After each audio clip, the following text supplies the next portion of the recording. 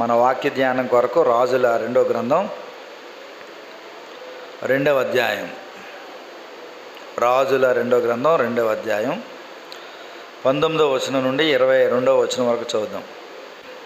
అంతటా పట్టణపు వారు, ఈ పట్టణమున్న చోటు రమ్యమైనదని మా ఏలిన వాడవైన నీకు కనబడుతున్నది, కానీ నీళ్లు మంచివి కావు. అందుచేత భూమియు నిస్సారమై ఉన్నదని ఎలీషాతో అనగా, అతడు క్రొత్త పాత్రలో ఉప్పు వేసి నా యొద్దకు తీసుకొని రండి అని వారితో చెప్పాను.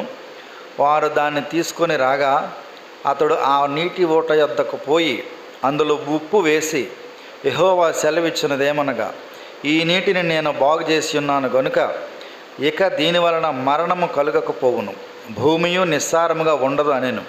కాబట్టి నేటి వరకు ఎలీషా చెప్పిన మాట చొప్పున ఆ నీరు మంచిది అయి ఉన్నది. చిన్న మాట ప్రార్థన సహాయం అడుగుదాం దేవుణ్ణి. పరిశుద్ధుడా, ప్రేమ నమ్మకం గల మా తండ్రి, మీకు స్తోత్రాలు స్తుతులు చెల్లిస్తా ఉన్నాం. ఆరాధన కూడికలో మీ కుమారుని నిలబెట్టుకుని శ్రేష్టమైన వాటితో మా హృదయాన్ని నింపారు బాబు. మరలా ఒక బలహీనుడు మీ పక్షాన్ని నిలబడ్డాడు. బలమునివ్వండి, ఆలోచన అనుగ్రహించండి. చదవబడిన వాక్య భాగం నుండి మా కొరకు కొన్ని ఆదరణకరమైన మాటలు మీ గ్రంథం నుంచి మీరు మాతో మాట్లాడి మాకు సహాయం అందించమని వినుచున్న మేము నేర్చుకుని అవి మా నిత్య జీవితంలో అనుసరించే భాగ్యం మాకు దయచేయమని అడుగుతూ మా ప్రభువును మా ప్రాణులను యేసుక్రీస్తునామమును బట్టి స్తుతులు అర్పించి సహాయం అడిగి వేడుకొనుచున్నాం తండ్రి, ఆమేన్. అంతటా ఆ పట్టణపు వారు, ఈ పట్టణమున్న చోటు రమ్యమైనదని మా ఏలిన వాడవైన నీకు కనబడుచున్నది, కానీ నీళ్లు మంచివి కావు. ఏ పట్టణం వారు? అంతటా పట్టణం వారంటే ఏ పట్టణం వారు? అక్కడున్న పట్టణం ఏంటంటే ఎరుకో. ఏ పట్టణం అండి? ఎరుకో అనేటువంటి పట్టణం. ఆ పట్టణంలో ఉన్నటువంటి జనాభా ఒక మాట చెబుతూ ఉన్నారు, లేదా అక్కడున్న శిష్యులు ఒక మాట చెబుతూ ఉన్నారు. ఎవరితో చెప్తున్నారు? ఎలీషాతో చెప్తా ఉన్నారు. ఏమని చెప్తూ ఉన్నారు అంటే, అయ్యా మీరు ఈ పట్టణాన్ని చూస్తున్నారు కదా, ఇది ఎరుకో పట్టణం. చూడడానికి చాలా అందంగా చాలా రమ్యంగా ఉంది, కానీ అందులో నీళ్లు మంచివి కావు, అందులో నీళ్లు మంచివి కాదు అని అక్కడున్న పట్టణంలో ఉన్నటువంటి ప్రజలు లేదా అక్కడున్న ప్రవక్తలు ఎలీషాతో చెప్పడం జరిగింది. ఏలి ఒక ప్రార్థన చేశాడు దేవునికి, ప్రభువా ప్రవక్తలందరూ చనిపోయారు, నేను ఒక్కడే నీ పక్షాన్ని ఉన్నాను, నా ప్రాణం కూడా ఈవిడ తీయాలని చూస్తుంది, నేను ఇంక చచ్చిపోదాం అనుకుంటున్నాను, నా ప్రాణం తీసేసుకో ప్రభువా అన్నాడు. అప్పుడు దేవుడు అన్నాడు, నీ శక్తికి మించిన ప్రయాణం నీకుంది, అదుగో అప్పము అదుగో నీళ్లు, 5 ఆగు అన్నాడు. 5 ఆగి 40 రోజులు ప్రయాణం చేశాడు. ఏమి లేదు ప్రభువా, నేను ఇంక చనిపోవాలనుకుంటున్నాను అన్నాడు. అయితే పని చేయి, నువ్వు చనిపోయే ముందు మరి నీ స్థానంలో ఒక ప్రవక్త కావాలి కాబట్టి నువ్వు ఒక పని చేయి, ప్రక్కన దేశం ఉంది సిరియా దేశం, ఆ సిరియా దేశం మీద రాజుగా హజాయేలు అనేటువంటి ఒక ఆయన రాజుగా నియమించు. ఈ ఇశ్రాయేలు దేశాన్ని పరిపాలించడానికి యెహూ అనేటువంటి యవనస్తుని అభిషేకించు. మరి నీ తర్వాత ఒక ప్రవక్త కావాలి కాబట్టి ఒక యవనస్తుడు ఉన్నాడు, షాపాతు కుమారుడైనటువంటి ఎలీషా అనే యవనస్తుడు ఉన్నాడు, ఎలీషా నువ్వు అభిషేకించని చెప్పాడు. అప్పుడు ఆ ఊరు వెళ్ళి చూసేటప్పటికి ఎలీషా పొలం దున్నుతామన్నాడు. తన పొలం 12 అరకలు ఉన్నాయంట. నాగలు అంటాం కదా, నాగలు ఇప్పుడంటే ట్రాక్టర్లు వచ్చేసినాయి. 12 అరకలు పెట్టి ఆ పొలం దున్నుతా ఉండి 12వ అరక అంటే చివరి అరక ఆయన దున్ను పట్టుకున్నాడు ఎలీషా గారు. అప్పుడు ఏలియా వెళ్ళి ఎలీషా దగ్గరికి వెళ్ళి తన మీద ఉన్న దుప్పటి ఆయన మీద వేసాడు, ఎలీషా మీద వేసాడు, యవనస్తుడి మీద.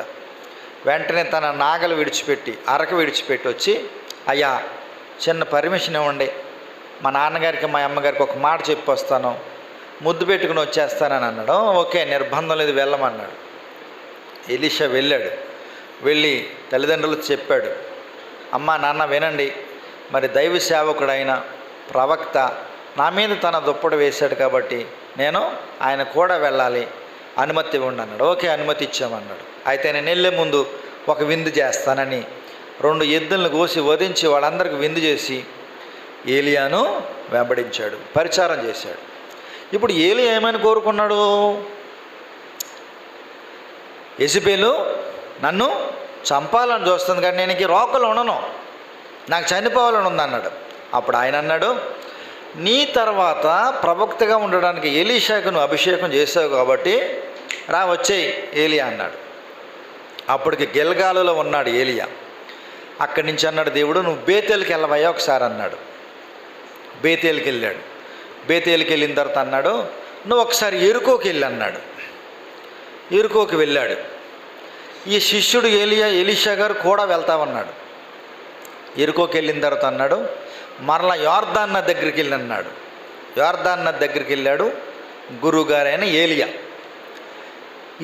యోర్దాన్ నది దగ్గరికి వెళ్ళేటడికి అప్పుడు ఏలియా అన్నాడు, ఎలీషా నువ్వు నా నుంచి ఏమన్నా కోరుకుంటున్నావా, ఏమన్నా ఆశిస్తున్నావా అని అడిగాడు గురువుగారు.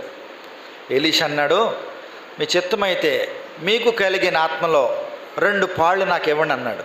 ఎన్ని పాళ్ళు? 2 వంతులు నాకు ఇవ్వండి అన్నాడు.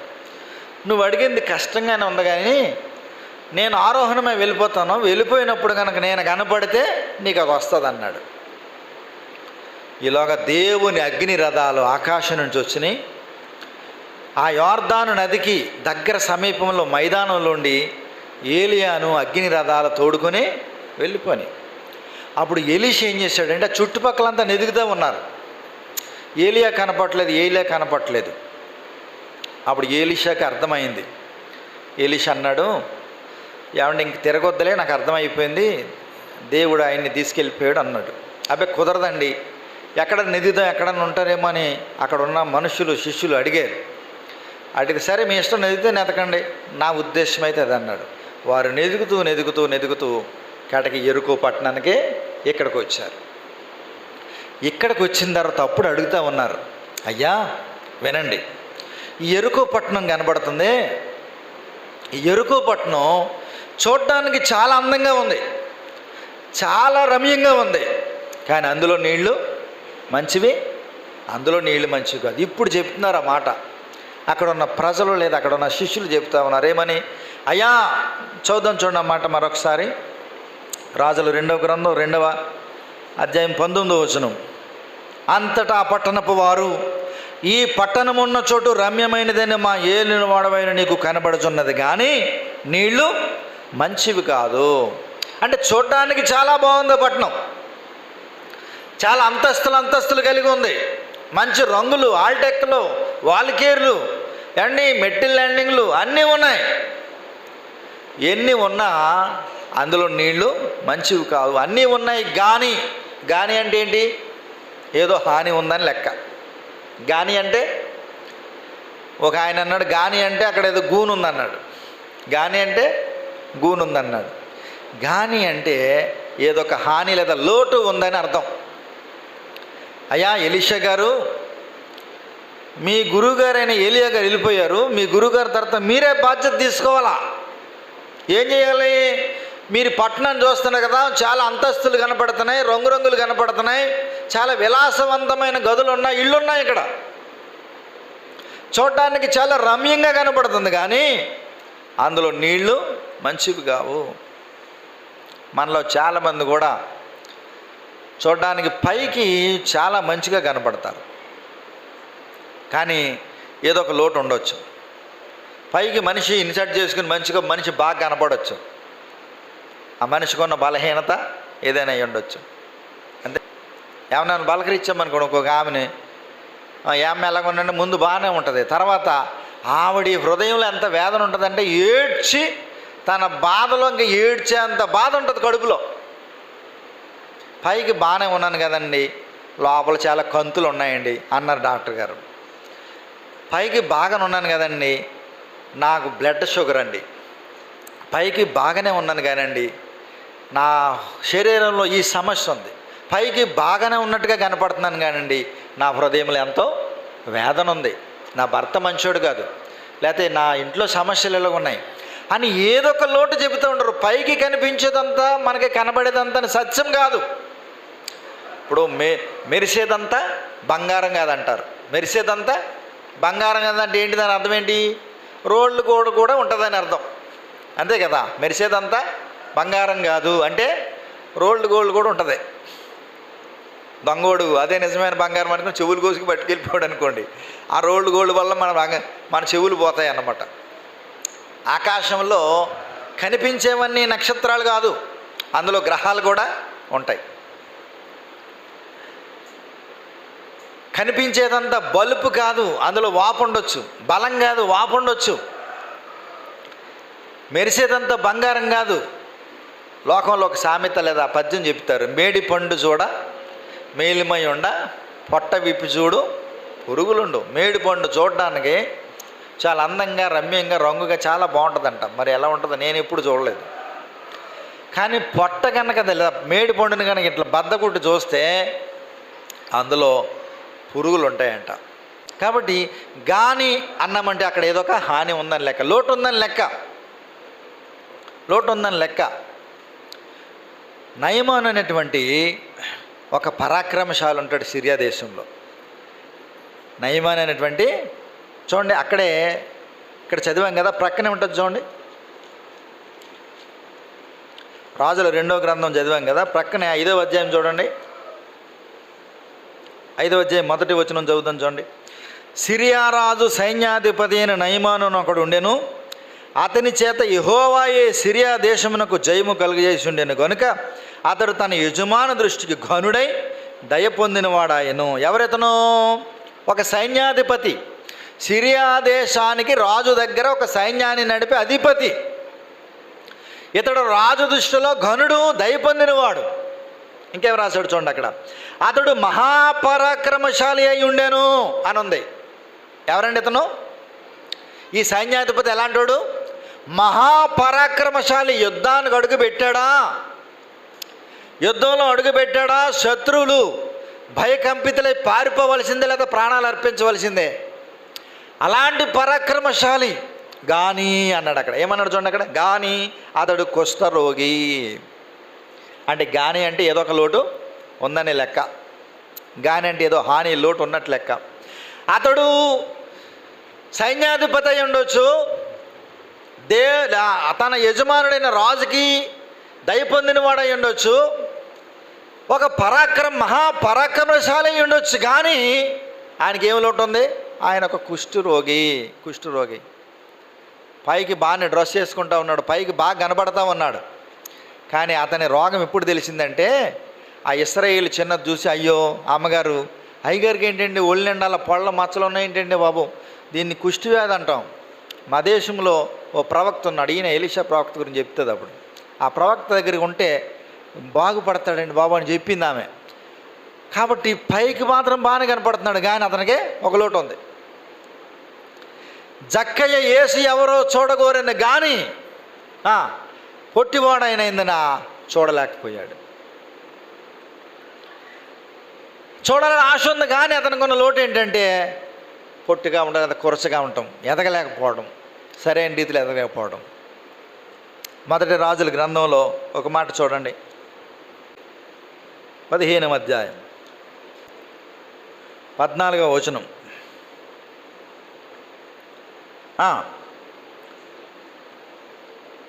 మొదటి రాజుల గ్రంథం 15:14. ఆసా తన దినములన్నీ హృదయపూర్వకముగా యెహోవాను అనుసరించను, కానీ ఉన్నత స్థలములను తీసివేయలేకపోయాను. చూసారా, ఆసా అనేటువంటి రాజు మంచిగా పరిపాలన చేశాడు. మంచి రాజులు ఇతను ఒకడు, హిజ్కియా ఒకడు, ఇతను ఒకడు. ఇంకా ధ్యానం చేశాం కదా, యోవాషు అని కొంతమంది బిడ్డలు ఉన్నారు. మంచిగా పరిపాలన చేసిన యోధా రాజుల్లో ఇతను ఒకడు, మంచివాడే. బాగా పరిపాలన చేశాడు, దేవుణ్ణి బాగా అనుసరించాడు, హృదయపూర్వకంగా యెహోవాను అనుసరించాడు, కానీ ఉన్నత స్థలములను తీసివేయలేకపోయాడు. అంతే. అంటే చిన్న లోటు ఉందన్నమాట. కాబట్టి పరిపూర్ణుడు కాదు ఇతను అనేటువంటి అర్థమవుతుంది. కాబట్టి గాని అని చెబుతా ఉన్నామంటే దాని వెనకాల ఏదో ఒక హాని ఉన్నట్టు లెక్క, లోటు ఉందని లెక్క. మనం కూడా మన జీవితంలో పైకి బాగానే భక్తిపరులుగా క్రైస్తవులుగా కనపడుతున్నాం, కానీ దాని శక్తిని సంపూర్ణంగా ఆశ్రయించిన వారముగా మనం ఉంటా ఉన్నాం. ఈ మాట ఎక్కడ రాశాడు? తిమోతికి రాసిన, చూడండి, తిమోతికి రాసిన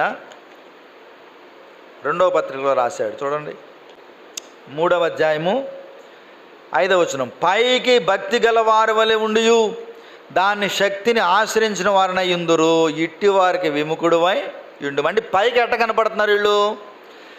చాలా భక్తిగా కనపడతా ఉన్నారు, చాలా భక్తిగా కనపడుతున్నారు, కానీ దాని శక్తిని ఆశ్రయించిన వారుగా ఉంటా ఉన్నారు. అంటే పైకి భక్తి, ఆ సందర్భంలోకి మళ్ళీ వద్దాం. అంటే పైకి మటుకి మంచిగా బాగా కనపడతా ఉన్నారు, భక్తి కలిగిన వాళ్ళే కనపడుతున్నారు. బైబిల్ ఎట్టుకుని వస్తున్నారు, మంచిగా బట్టలు వేస్తున్నారు, మంచిగా ఆరాధిస్తున్నారు, అన్నీ ఉన్నాయి, కానీ నిజంగా దేవుని శక్తిని వీళ్ళు పొందలేకుండా ఉన్నారు అన్నాడు. కాబట్టి కనిపించేదంతా నిజమైంది కాదు, సత్యం కాదు. ఈ పట్టణం ఉందే, ఇది మీకు పైకి బాగా కనపడుతుంది, రమ్యంగా కనపడుతుంది, అందంగా కనపడుతుంది, కానీ నీళ్లు మంచివి కాదన్నాడు. యోబు గ్రంథంలో ఒక మాట ఉంది చూడండి. యోబు గ్రంథము 36వ అధ్యాయము 13వ వచనం చూడండి. ఆయనను లోపట హృదయపూర్వకమైన భక్తి లేని వారు క్రోధము నుంచుకుందరు. అంటే లోపల ఏముంటుందండి? హృదయపూర్వకంగా భక్తి లేనివారు అంటే పైకి భక్తిగా కనపడుతుందని, హృదయంలో ఏముంది? క్రోధం ఉంది, క్రోధం ఉంది లోపల అనమాట, అది కనపడదు పైకి. శాస్త్రులు పరిచయుల గురించి ఆయన ఏం చెప్పాడంటే, వారు తెల్లని అంగీలు ధరించుకొని, పెద్ద పెద్ద అంగీలు ధరించుకొని సంత వీధుల్లో మూలలో ప్రార్థన చేస్తారు, కానీ వారు లోపల దోపుతోనూ అజితేంద్రియంతోనూ వాళ్ళు నిండి ఉంటారు అన్నాడు. పైకి బాగానే కనపడతారు, మంచి పాస్టర్లాగా తెల్ల బట్టలు వేసుకుంటారు, అన్నీ బాగానే ఉంటాయి, కానీ లోపల ఏముంటుందంటే అజితేంద్రియము, కుళ్ళు, దోపు. ఇంకోటి ఏంటి చెప్పాడంటే ఆయన, పైకి వాళ్ళ సున్నము కొట్టిన సమాధులు అని. అంటే సున్నం కొట్టి సమాధులు ఏంటి? సమాధులకు పెయింట్లు వేస్తారు, పెయింట్లు వేసినప్పుడు పైకి ఎలా ఉంటాయి? చాలా బాగుంటాయి, కానీ లోపల కనుక త్రవి చూస్తే ఏముంటుంది? లోపల కుళ్ళు, ఎముకలు, కుళ్ళుతో అలా ఉంటుంది. కాబట్టి పైకి మటుకి బాగా కనపడతాయి, లోపల చూసినప్పుడు కుళ్ళు, చెడుతనం అంతా ఉంటుంది అన్నమాట. అందుకనే దేవుడు ఏమని చెప్పాడంటే, పైకి మీరు భక్తి గలవారి వల్ల ఉండి దాని శక్తిని ఆశ్రయించిన వారుగా ఉంటే ఉన్నారు, కొంతమంది ఉన్నారు, వారికి నువ్వేం చేయాలి? విముఖుడిగా ఉండాలి, విముఖుడిగా ఉండాలన్నాడు. లోపట అంటే పైకి బాగానే కనపడుతున్నారు, లోపట హృదయంలో వారి క్రోధాన్ని దాచుకొని ఉన్నారు. శాస్త్రులు పరిచయులు వారు పైకి చాలా గొప్పగా యాజకుల్లాగా, ప్రధాన యాజకుల్లాగా మంచి నిలువుటంగిలు వేసుకుని మంచిగా కనపడుతున్నారు, కానీ లోపల ఏముందండి? దోపు, అజితేంద్రం, అసూయ, కపటము, ఇవన్నీ ఉన్నాయి. మరొక మాట చూపిస్తాను చూడండి మీకు. యెహెజ్కేలు గ్రంథం 13వ అధ్యాయం చూడండి, 10వ వచనం చదువుదాం. సమాధానమేమీ లేకపోయినను వారు సమాధానమని చెప్పి నా జనులు మంటి గోడను కట్టగా వారు వచ్చి దాని మీద గచ్చుపోత పూసెదరు. అంటే గోడకి ఏం పోతున్నారంటే, వీళ్ళు కట్టిందేమో మట్టి గోడ, కట్టిందేం గోడ? మట్టి గోడ. పైన ఏం పోతున్నారు? గచ్చుపోత, సిమెంట్ పోత పూసేస్తున్నారు, పైన పోతున్నారట. కింద ఏమి రాశాడు చూడండి, 11వ వచనం. ఇందువలనే పూచున్న వారితో నీవిట్లనము, వర్షము ప్రవాహము కురియును, గొప్ప వడగండ్లు పడును, తుఫాను దాన్ని పడగొట్టక అది పడిపోవును. అంటే ఇసుక మీద కట్టిన ఇల్లు లాంటిది అనమాట జీవితం ఇది. పైకి మటుకి ఇసుక మీద కట్టిన ఇల్లు, అన్ని పెయింటింగులు, అన్ని గదులు అన్నీ బాగున్నాయి, కానీ అది ఇసుక మీద కట్టింది కాబట్టి వానలు వచ్చాను, వరదలు కురిశాను, గాలి విసిరి ఆ ఇంటి మీద కొట్టాను. అది ఇసుక మీద కట్టారు కాబట్టి అది కూలిపోయింది అన్నాడు. ఇక్కడ కూడా ఇదే పరిస్థితి. వారు కట్టిందేమో మట్టి గోడ, పైపోతేమో గచ్చుపోత పోస్తూ ఉన్నారు. అయితే అలాంటి సమయమే రాశా ఇక్కడ 11వ వచనంలో చూడండి. వర్షము ప్రవాహము కురియును, గొప్ప వడగండ్లు పడును, తుఫాను దాని మీద పడగొట్టగా అది పడిపోవును. పైకి మటుకి మంచి సిమెంట్ బిల్డింగ్లానే కనపడుతుంది, ఎందుకని పైపోత పూశారు. నా జనులు ఎలాంటి వాళ్ళు అంటే లోపల సమాధానం లేదు, కానీ బయటకు ఏం చెప్తారన్నాడండి? సమాధానం ఏమీ లేకపోయినాను వారు సమాధానం అని చెప్పి నా జనులను మోసపుచ్చున్నారు అన్నాడు. 4 సందర్భాలు చెప్పాను మీకు. 4 సందర్భాలు చెప్పాను. ఒకటి, పైకి భక్తి గలవారే వలె ఉండి దాని శక్తిని ఆశ్రయించిన వారు. పైకి బాగానే కనపడుతూ ఉన్నారు క్రైస్తవులాగా, లోపల ఏముందండి? క్రోధం ఉంది. పైకి సమాధానం అని చెబుతూ ఉన్నారు, కానీ లోపల ఏముందండి? సమాధానం లేని వారుగా ఉన్నారు. దాన్ని దేంతో పోల్చాడంటే మట్టి గోడకి పైపోత గొచ్చపోత పూసారట. శాస్త్రులు పరిచయులు పైకి నిలువుటంగిలు వేసుకొని పెద్దల్లాగా, పాస్టర్లాగా, సేవకుల్లాగా, యాజకుల్లాగా కనపడుతున్నారు, కానీ లోపల ఏముందండి? అజితేంద్రియము, దోపు, చెడుతనంతో నిండి ఉన్నారు, కంపుతో నిండి ఉన్నారు అన్నాడు. కాబట్టి ఇక్కడ ఈ సందర్భంలో ఎలీషాతో వారు చెప్తున్న మాట ఏంటంటే, అయ్యా ఎలీషా గారు, మీరు మీ గురువుగారి దగ్గర నుంచి 2 అంతల ఆత్మ పొందుకున్నారండి, కానీ మీరు ఈ పట్టణాన్ని దర్శించారు, యెరికో పట్టణాన్ని. ఈ పట్టణం మీరు చూడడానికి చాలా రమ్యంగా, అందంగా, రంగురంగుల వలయంలా కనపడుతుంది, కానీ నీళ్లు మంచివి కాదన్నాడు. నీళ్లు మంచివి కాదని అర్థం ఏంటి? ఆ కింద రాశాడు, చదువుదాం చూడండి. రండి ఇప్పుడు రాజుల 2వ గ్రంథం 2వ అధ్యాయము 21. అతడు ఆ నీటి ఓట యొద్దకు పోయి అందులో ఉప్పు వేసి, యెహోవా సెలవిచ్చినదేమనగా, ఈ నీటిని నేను బాగు చేసి ఉన్నాను కనుక ఇక దీని వలన మరణము కలుగకపోవును. అంటే నీళ్ళు సారంగా లేవంటే దానివల్ల ఏమొస్తుంది చెప్పండి? మరణము అన్నాడు. మరణమే. ఎందుకని మరణం కలుగుతుంది? యెరికో పట్టణం అలాంటిదా? యెరికో పట్టణం అంటే దాని అర్థం ఏంటంటే సువాసన గల పట్టణం. యెరికో అంటే సువాసన అని అర్థం. యెరికో అంటే అర్థం ఏంటండి? సువాసన అనే అర్థం. యెరికో పట్టణం అంటే సువాసన గల పట్టణం అని అర్థం. సువాసన కలిగిన పట్టణం ఇవాళ ఎందుకు దుర్వాసన కొడతా ఉంది? ఒకనాడు నీ పేరు తగ్గట్టుగా నువ్వు జీవించావు, ఆశీర్వాదం అంటే ఆశీర్వాదంగా ఉన్నావు, సమాధానం అని పేరు పెట్టుకుని సమాధానంగా ఉన్నావు, లేదా దేవుని పేరుతో దేవుని బిడ్డగా నువ్వు ఫలించావు, కానీ ఇప్పుడు ఫలించినట్టుగా కనపడుతున్నావు, కానీ ఫలాలు లేవు నీ దగ్గర. ఇది క్రొత్త నిబంధనలో కూడా యేసుక్రీస్తు ప్రభువు మత్తయి సువార్తలో చెప్పాడు. ఆయన దారి వెంబడి వెళ్తూ ఉంటే అంజూరపు చెట్టు త్రోవ ప్రక్కనే మంచిగా కనపడతా ఉంది. సరే, మంచిగా కనపడుతూనే ఆకులు ఉన్నాయి అన్నీ అని చెప్పేసి యేసుక్రీస్తు ప్రభు వెళ్ళి వెతకపోతే అందులో పళ్ళు ఏమీ లేవు. అంటే ఫలాలు లేవు మన దగ్గర. పైకి మాత్రం క్రైస్తవులా కనపడుతున్నాం, కానీ మారు మనసుకు తగిన ఫలాలు కానీ, క్రైస్తవునికి తగిన గుణాలు కానీ మన దగ్గర లేవు. ఈ యెరికో పట్టణం సువాసన గల పట్టణం. అసలు ఈ పట్టణాన్ని గురించి రాస్తూ అసలు మొదట ఈ పట్టణం ఇలా ఉండేది కాదు. కొన్ని మాటలు చూద్దాం చూడండి. ద్వితీయోపదేశకాండం చూడండి, 34వ అధ్యాయం 3వ వచనం చూడండి. సోయరు వరకు ఈత చెట్లు గల యెరికో లోయ చుట్టూ మైదానమును అతనికి చూపించెను. అంటే యెరికో అనేటువంటిది సువాసన గల పట్టణము. యెరికో అనేటువంటిది ఈత చెట్లు గల పట్టణము. యెరికో అనేటువంటిది మైదాన ప్రాంతంలో ఉన్నటువంటి పట్టణం. ఈత చెట్లనే మరొక చోట ఏం రాశాడంటే ఖర్జూరపు చెట్లు అన్నాడు. ఏమన్నాడండి? ఖర్జూరం చెట్లు. ఆ మాట కూడా చూపిస్తాను చూడండి. న్యాయాధిపతుల గ్రంథం 1వ అధ్యాయం, న్యాయాధిపతుల గ్రంథం 1వ అధ్యాయము 16వ వచనం చదువుతాం చూడండి.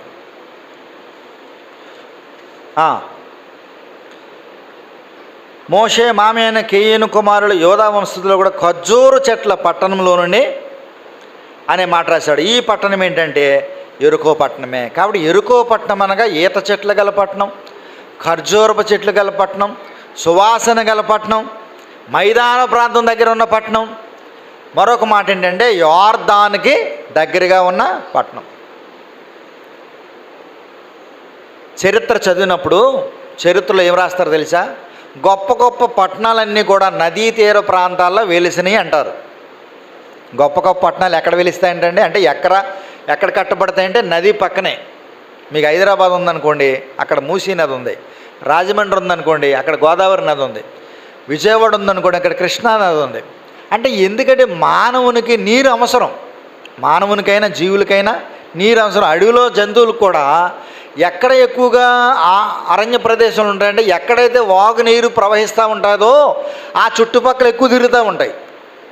మానవుని యొక్క నాగరికత ఎక్కడ వెలసిల్లిందంటే ఎక్కడైతే నదీ జలాలు నీళ్లు ఉంటాయో అక్కడ వెలసిల్లింది. ఆ పట్టణాలు వెలసని. నీళ్ళు లేని చోట జనాలు ఉండేవారు కదా పూర్వకాలం. ఇప్పుడంటే ఎక్కడ బోరేస్తే ఎక్కడైనా నీరు దొరుకుతూ ఉంది. పూర్వకాలం బోర్లు వేయడానికి అవకాశం లేదు.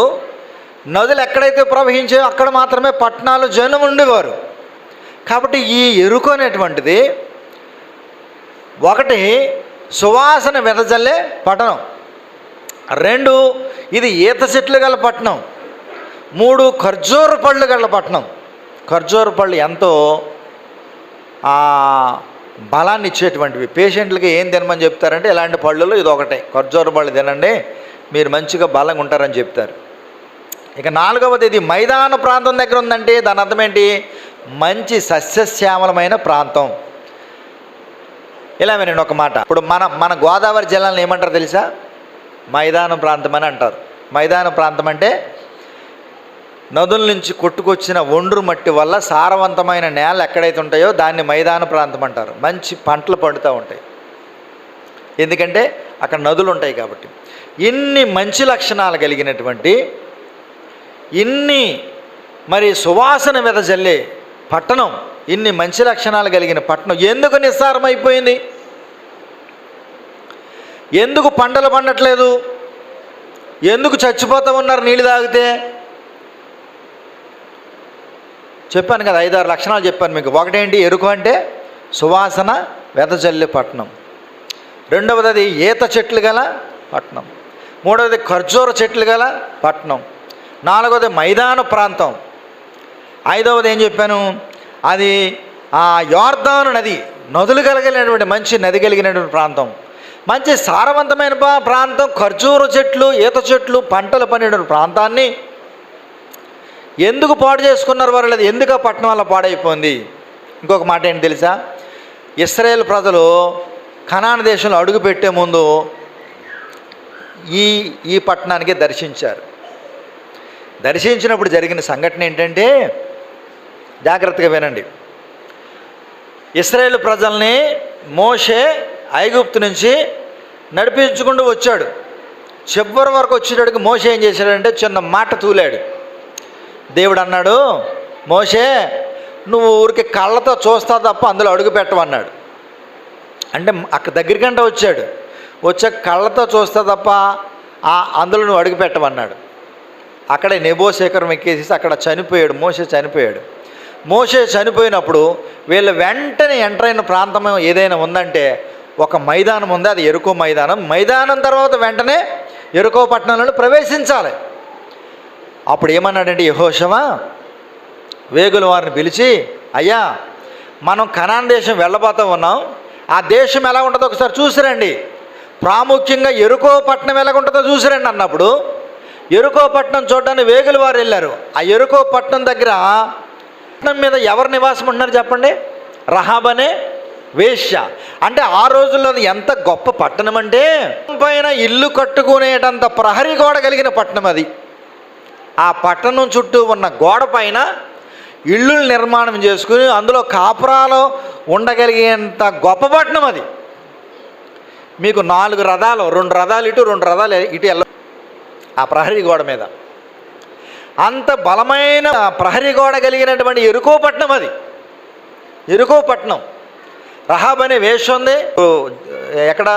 యెహోషువ గ్రంథం తీయండి, అక్కడ ఇంకా కుటుంబీకులు ఉన్నారు. ఆమెకి కుటుంబీకులు చూడండి, ఆ మాట చూపిస్తాను, కొంత ఆదరణగా ఉంటుంది.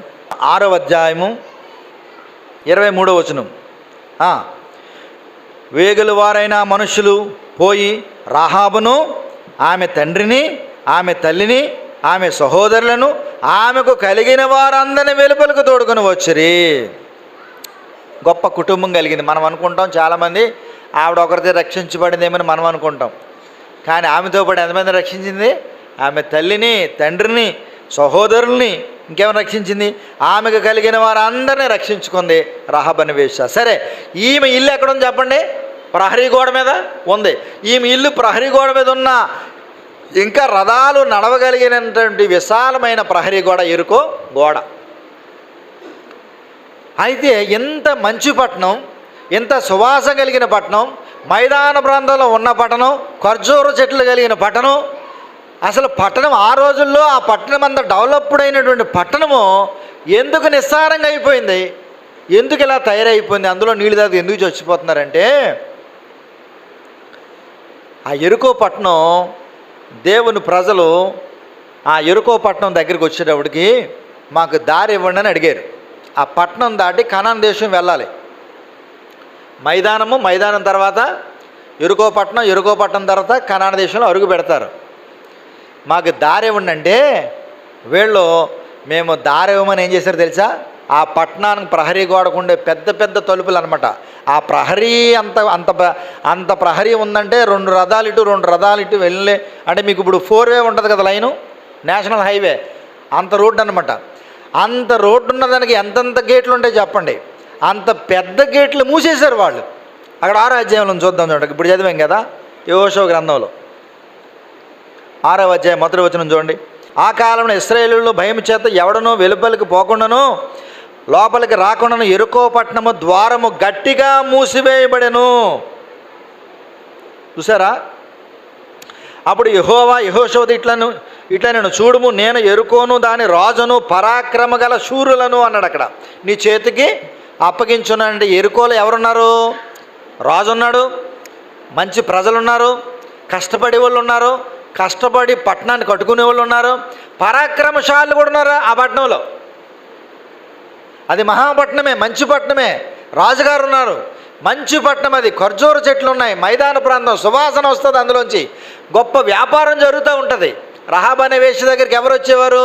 ఆ ఒంట్ల మీద గాడిదల మీద వ్యాపారం చేసుకునేవాళ్ళు. ఈ సుగంధము, యాలకులు, లవంగి, ఏనుగు దంతాలు, నెమలి పించాలు, ఈ వ్యాపారం చేసుకునే వాళ్ళందరూ ఆ పట్టణం ద్వారం గుండా వెళ్ళి లోపలికి వెళ్ళి వ్యాపారం చేసుకునే వారికి ఆ పట్టణంలో పరాక్రమశాలులు ఉన్నారు, రాజు ఉన్నాడు, చుట్టూ మంచి ప్రహరీ గోడ ఉంది. అయితే దేవుని బిడ్డలు చిన్న అవకాశం అడిగారు, ఈ పట్టణం గుండా మమ్మల్ని ఈ ద్వారం గుండా నుంచి ఆ ద్వారం గుండా వెళ్ళిపోనివ్వండి అంటే కుదరదు అని ఏం చేశాడు? పట్టణాన్ని మూసివేశాడు. ఆ రాజు మూసేసి కుదరదు అన్నాడు అంతే. అప్పుడు దేవుడు ఏం చెప్పాడంటే యెహోషువతోటి, సరే మన జనాభా ఉన్నారు కదా, ఆ పెద్దలు తీసుకో, యాజకులు తీసుకుని 7 రోజులు తిరగాలి, రోజుకి 1 మారు తిరగాలి, 7వ రోజు 7 సార్లు తిరగాలి. 7వ రోజున ఏం చేయాలి? మీరు గట్టిగా అరవండి, దేవునికి పాటలు పాడండి అనగానే యెరికో గోడలు మొత్తం కూలిపోని. యెరికో గోడ, అంత పెద్ద గోడ కూడా దేవుని బిడ్డలు పెట్టినటువంటి స్తుతి పాటలకి అది కూలిపోయింది. అప్పుడు యెహోషువ చెప్పాడు, ఏం చెప్పాడంటే దేవుడు దీన్ని శపించాడు అన్నాడు. ఏమన్నాడండి? ఆ మాట చదువుదాం చూడండి. అక్కడే ఉంది చూడండి, 6వ అధ్యాయం 17వ వచనం. ఈ పట్టణమును దీనిలో ఉన్నది యావత్తును యెహోవా వలన శపింపబడెను. అది దేవునికి ఎప్పుడైతే అవకాశం ఇవ్వలేదో, దేవుని బిడ్డలో ప్రవేశించడానికి ద్వారం ఎప్పుడైతే మూసివేయబడిందో, దేవుడు ఏం చేశాడండి? ఎంత సువాసన కలిగిన పట్టణాన్ని, ఈత చెట్లు గల పట్టణాన్ని, ఖర్జూర చెట్లు కలిగిన పట్టణాన్ని, మైదాన ప్రాంతం కలిగిన పట్టణాన్ని, యొర్దాను నది తీరం ఉన్నటువంటి వెలసెల్లిన గొప్ప మహాపట్టణంగా వెలసెల్లిన ఈ పట్టణాన్ని దేవుడు ఏం చేశాడండి? శపించాడు.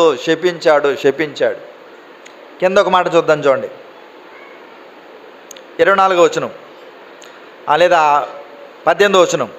శపించబడిన దానిలో కొంచెమైనను మీరు తీసుకుని ఎడల మీరు శాపగ్రస్తులై అన్నాడంటే అది మొత్తం శపించబడింది, అందులో తీసుకున్నవాడు కూడా శాపగ్రస్తులు అవుతారు అన్నాడు. ఇప్పుడు 24 చూద్దాం. అప్పుడు వారు ఆ పట్టణమును దానిలోని సమస్తమును అగ్నితో కాల్చివేసిరి అన్నాడు. ఏం చేశారంటే అప్పుడు యెరికో గోడలు ఎప్పుడైతే కూలినాయో యెహోషువ అతని యొక్క సైన్యము ఏం చేశారండి? యెరికో గోడల్ని కూలిపోయిన తర్వాత లోపలికి వెళ్ళి పట్టణాన్ని మొత్తం కూల్చేశారు, కాల్చేశారు, తగలబెట్టేశారు. పైగా దేవుడు అని చెప్పి ఇది శపితమైన పట్టణం శపించాను అన్నాడు. అక్కడ పడింది దానికి శాపం. ఈ పట్టణంలో ఇంకా సారవంతమైన భూమి రాదో, నీళ్లు రావో, దీన్ని ఇంకా శపించాను అన్నాడు.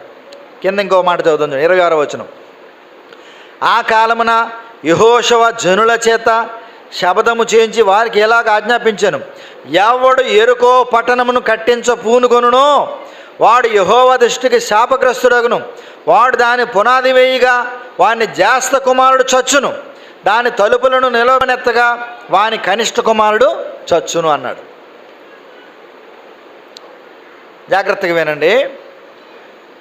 యెరికో పట్టణము చాలా మంచి పట్టణమే, సువాసన గల పట్టణమే, ఈత చెట్లు ఖర్జూర చెట్లు ఉన్న పట్టణమే, మంచి వ్యాపారం చేయగలిగిన పట్టణమే.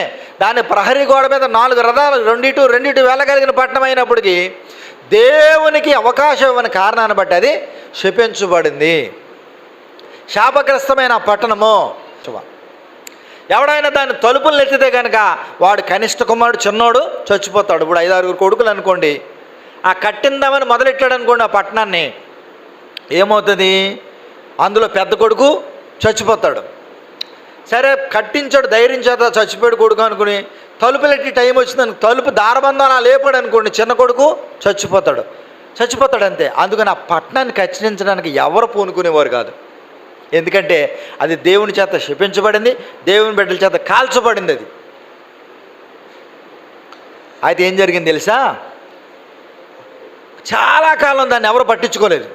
ఎందుకంటే ఎవరి కాళ్ళకి ఆ పట్టణాన్ని ఎవరైనా కట్టించాలనుకుంటే పెద్ద కుమారుడు చచ్చిపోతాడు, తలుపులు దారబంధాలు ఎట్టాలనుకుంటే చిన్న కుమారుడు చచ్చిపోతాడు. ఇది ఆ పట్టణం మీద ఉన్న శాపం. చాలా కాలం వెయిట్ చేసి దాని జోలికి ఎవరు ముట్టుకునేవారు కాదు. కడక ఒక తండ్రి ఏం చేశాడంటే, ఎంతకాలం ఈ పట్టణాన్ని ఇలా ఉంటాం, దాన్ని మన పట్టణాన్ని మనం కట్టుకోవాలి, బాగు చేసుకోవాలనుకున్నాడు.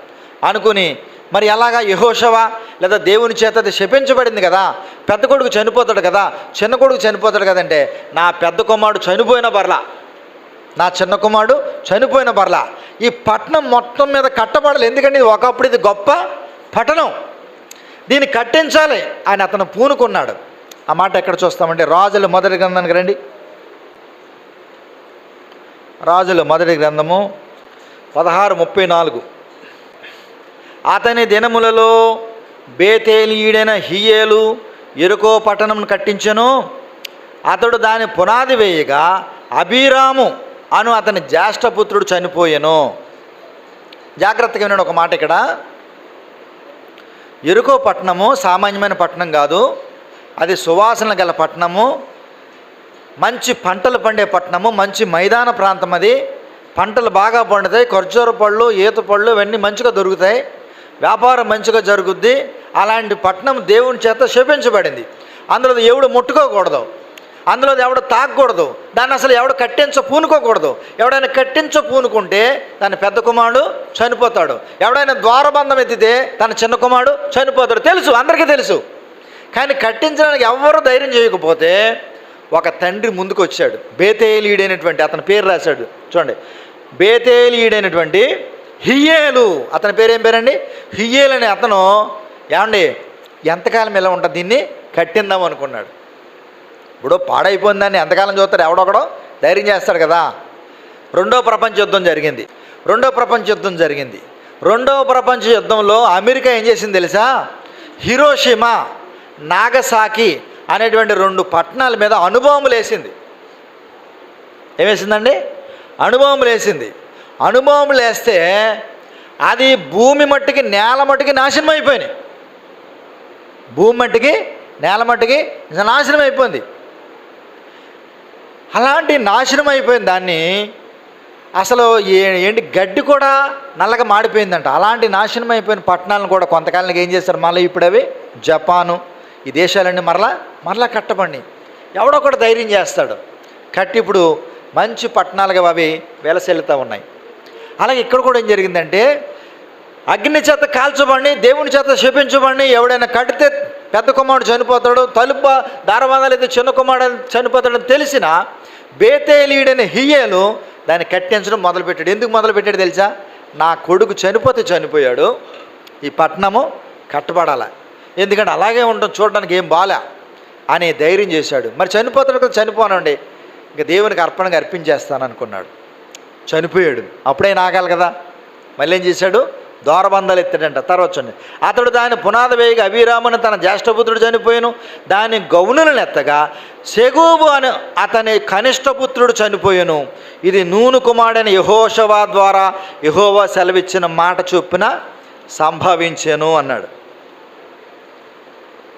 కాబట్టి ఆ యెరికో పట్టణం ఇప్పుడు మరలా కట్టబడింది. ఎలా కట్టబడింది? హియ్యేలు అనే అతను ధైర్యం చేసి నా పెద్ద కుమారుడు చనిపోతే చనిపోయాడు, నేను పునాది వేస్తాను, కడదాం రండి అన్నాడు. పునాదులు వేశారు, బాగానే ఉంది. గుమ్మం ఎత్తాడు, కనిష్ట కుమారుడు చనిపోయినా కానీ ధైర్యంగా దాన్ని చనిపోతే చనిపోయిన పట్టణాన్ని అయితే కట్టగలిగాడు, కానీ శాపాన్ని తీయలేకపోయాడు. అంటే పైకి ఎలా ఉంది? పట్టణం అంతా బాగుంది. ఇప్పుడు నీళ్ళు ఏం చేస్తుందంటే మానవుని యొక్క జీవన స్థితిని తెలియజేస్తుంది, అంటే బ్రతుకుని తెలియజేస్తుంది నీరు. కానీ వాళ్ళు బ్రతుకులు పట్టణాలు అయితే బాగున్నాయి, ఇళ్ళు బాగున్నాయి. మీరు టౌన్ చూసినట్టయితే చాలా ఇళ్ళు అందంగా సుందరంగా అంతస్తుల మీద అంతస్తులు చాలా ఉంటాయి. కానీ ఇల్లు చూడండి, వాళ్ళని కదిలించి చూడండి, వాళ్ళ పరిస్థితులు మా బ్రతుకు బాగోలేదని చెప్తారు. వారి ఆర్థిక పరిస్థితి బాగానే ఉంది, కానీ ఆత్మీయ స్థితి ఏమాత్రం బాగలేదు. మరణశయ్యపై పడుకొని ఉంది. సొదొమ గొమొర్రాలు నాశనం చేయబడక మునుపంట ఎలా ఉన్నాయంట ప్రాంతం? ఏదేను తోట వలె ఉంది. సొదొమ గొమొర్రా నాశనం చేయబడక మునుపు అవి ఏదేను తోట వలె కనపడుతుంది. పైకి చాలా బాగుంది, కానీ సొదొమ గొమొర్రాలోని మనుషులు ఎలాంటి వాళ్ళండి? దుష్టులు, బహు పాపులు. నినివే పట్టణం మీద కూడా దేవుని ఉగ్రత వచ్చినప్పుడు ఆ పట్టణం 3 దినములు ప్రయాణం అంత నడిచేంత పట్టణం, కానీ పట్టణం లోపలేముంది? అంత చెడుతనమే. దేవుని ఉగ్రత దానిపైన ఉంది. దేవుడు వారి పశ్చాత్తాపం చేసి కనికరించాడు, కానీ సొదొమ గొమొర్రా వలె నినివే పట్టణం కూడా నాశనం అవ్వాల్సిందే. కానీ పైకి చూడడానికి చాలా బాగుంది, కానీ ఆ పట్టణం నుండి ఏముందండి? చెడుతనమే ఉంది. పంజరము పిట్టలతో నిండి ఉండినట్టుగా మనుషుని హృదయం దేంతో నిండి ఉందన్నాడండి? కపటంతో నిండి ఉందన్నాడు. పంజరము పిట్టలతో నిండి ఉన్నట్టుగా మనుషుని హృదయము కపటంతో నిండి ఉంది అన్నాడు. కాబట్టి మనుషులు పైకి మంచిగా కనపడుతున్నాం, తెల్లబొట్లు వేసుకుంటున్నాం, మంచి బంగారాలు కానీ ఏవైనా వస్త్రాలు మంచి ధరించుకుంటూ ఉన్నాం, కానీ లోపల దేవుని శక్తిని పొందుకునేటువంటి భక్తి మన దగ్గర లేకుండా పోయింది. కాబట్టి ఎంత మంచి పట్టణం, ఎంత సువాసన కలిగిన పట్టణం, ఇంత మైదాన ప్రాంతంలో ఉన్న పట్టణం, ఇన్ని ఖర్జూరపు చెట్లు కలిగిన పట్టణం ఇప్పుడు పంట లేకుండా నిస్సారం అయిపోవడానికి కారణం ఏంటంటే దేవుని శాపమే. ఎందుకు దేవుడు శాపం పెట్టాడంటే దేవుడు లేదా దేవుని బిడ్డలో ద్వారం గుండా లోపల రావడానికి అవకాశం లేకుండా మూసివేశారు. అమ్మా, నీ జీవితంలో ఆశీర్వాదం లేదా? నీ జీవితంలో పురోగతి లేదా, అభివృద్ధి లేదా? నీవు దేవుని నీ హృదయంలోనికి ఆహ్వానించకపోవడమే. ప్రభువా నా హృదయంలోకి రా అని నువ్వు పిలవకపోవడమే. ఆయన ఎక్కడున్నాడో? హృదయమనే తలుపునద్ద ఆయన నిల్చున్నాడు. ఇదిగో నేను తలుపునద్ద నిల్చుండి తట్టుచున్నాను, ఎవడైనా నా స్వరం విని తలుపు తీస్తే నేను వాని హృదయంలోకి, వాని దగ్గరికి నేను వస్తానని చెప్తా ఉన్నాడు. కానీ మన యెరికో పట్టణాన్ని ఆ రాజు పరాక్రమశాలులు తలుపు మూసివేసినట్లుగా మన హృదయమైన తలుపుని మనం ఏం చేస్తున్నామండి? మూసివేసి మన జీవితంలో అభివృద్ధి లేకుండా ఉన్నాం. అది ఆత్మీయమైన అభివృద్ధి లేదు, ఆశీర్వాదం లేదు. పైకి బాగానే కనపడుతున్నాం క్రైస్తవులాగా, పైకి బాగానే కనపడుతున్నాం విశ్వాసులాగా, పైకి బాగానే కనపడుతున్నాం మంచి ఆరాధికుల్లాగా, కానీ లోపల ఆత్మీయ ఫలాలు లేవు, సంతోషము లేదు, ఆత్మలో ఆనందము లేదు, సుఖము లేదు, హృదయంలో నెమ్మది లేదు, శరీరంలో ఆరోగ్యం లేదు, ఏమీ లేవు. దీనికి కారణం ఏంటంటే ప్రభువైన యేసుక్రీస్తు మన హృదయంలోనికి సంపూర్ణంగా ఆహ్వానించకపోవడమే. మన హృదయపు ద్వారము తలుపులు మూసేస్తున్నాం. వాక్యం వింటున్నాం, బాగుంది, పాటలు పాడుతున్నాం, బాగుంది, అన్నీ బాగున్నాయి, కానీ యేసుక్రీస్తు ప్రభుని రక్షకుడిగా అంగీకరించంటే మటుకి ఇంకా టైం ఉందండి. ఇంక అప్పుడే నా తలుపులు నేను తీయను, నా తలుపులు నేను తెరవను. మరి ఎప్పుడు తెరుస్తావు?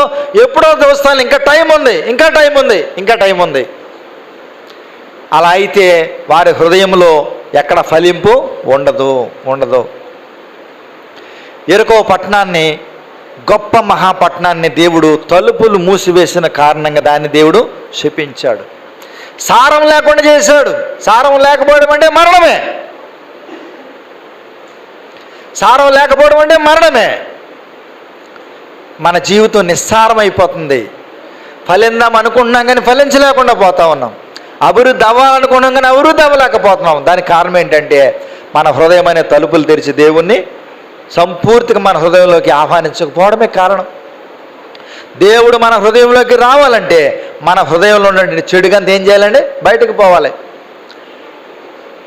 వారు పైకి భక్తి కలిగారు, వారిలాగా నిలువుటంగీలు ధరించుకుని, పెద్ద పెద్ద వస్త్రాలు ధరించుకుని, అంగీలు ధరించుకుని బాగా కనపడుతున్నారు. కానీ ఆ శాస్త్రులు పరిచయం లోపలేముందండి? అజితేంద్రియము, దోపు, చెడుతనము, అసహ్య కార్యాలు అన్నీ ఉన్నాయి వారి హృదయంలో. అందుకని వారిని సొన్నము కొట్టిన సమాధులతో దేవుడు పోల్చాడు.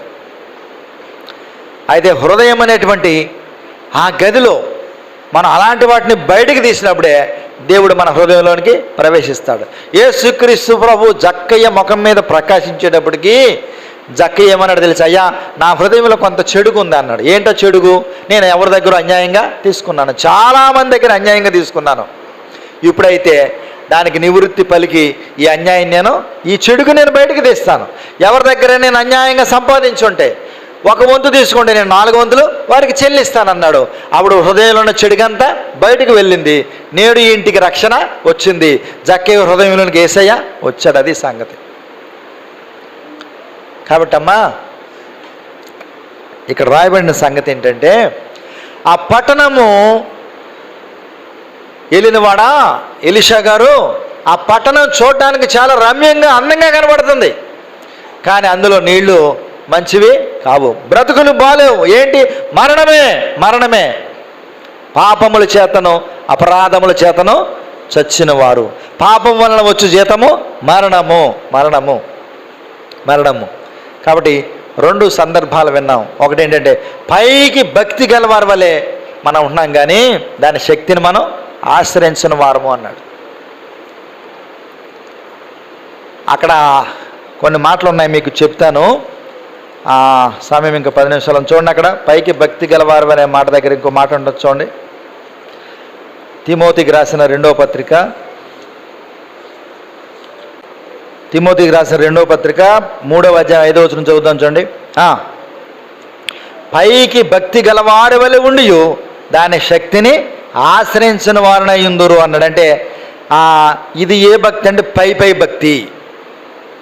అయితే కింద మాట రాశాడు చూడండి 12వ వచనంలో, క్రీస్తు యేసునందు సద్భక్తితో బ్రతుకను ఉద్దేశించి వారందరూ హింస పొందుదురు అన్నాడు. అంటే దేవునికి ఏ భక్తి కావాలి? పై భక్తి ఆయనకి అవసరం లేదు. మన జీవితంలో మనం ఫలించాలంటే ఏ భక్తి కావాలండి? సద్భక్తి కావాలి అన్నాడు. యాకోబు పత్రికలు అన్నాడు, నిష్కలంకమైన భక్తి ఏదనగా అన్నాడు. అక్కడ ఏ భక్తి అన్నాడండి? నిష్కలంకమైన భక్తి ఏదనగా. తీయండి యాకోబు పత్రిక,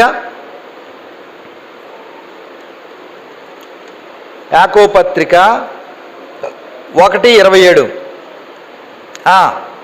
తండ్రి అయిన దేవుని ఎదుట పవిత్రమును నిష్కలంకమైన భక్తి ఏదనగా దిక్కులేని పిల్లలను విధవరాండ్రను వారి ఇబ్బందుల్లో పరామర్శించుటయు ఇహలోక మాలిన్యము తనకంటకుండా తను తాను కాపాడుకొనడము. అది సద్భక్తితో బ్రతకాలి, పైకి భక్తి కాదు. నెంబర్ 1 సద్భక్తితో బ్రతకాలి. రెండవది ఏంటి? నిష్కలంకమైన భక్తితో బ్రతకాలంటే ఏంటి? విధవరాండ్రని ఆదరించాలి. కళంకం మీద మన హృదయానికి అంటకుండా చూసుకోవాలి. ఇహలోక మాలిన్యము మనకు అంటకుండా చూసుకోవాలి. ఇంకో మాట ఏమన్నాడంటే, మీరు సంపూర్ణ భక్తి అన్నాడు. ఇదే తిమోతికి రాసిన పత్రిక మొదటి పత్రికలు అనుకుంటా. మీరు సంపూర్ణ భక్తియు మాన్యతయు కలిగినాడు. అక్కడ ఏం భక్తి?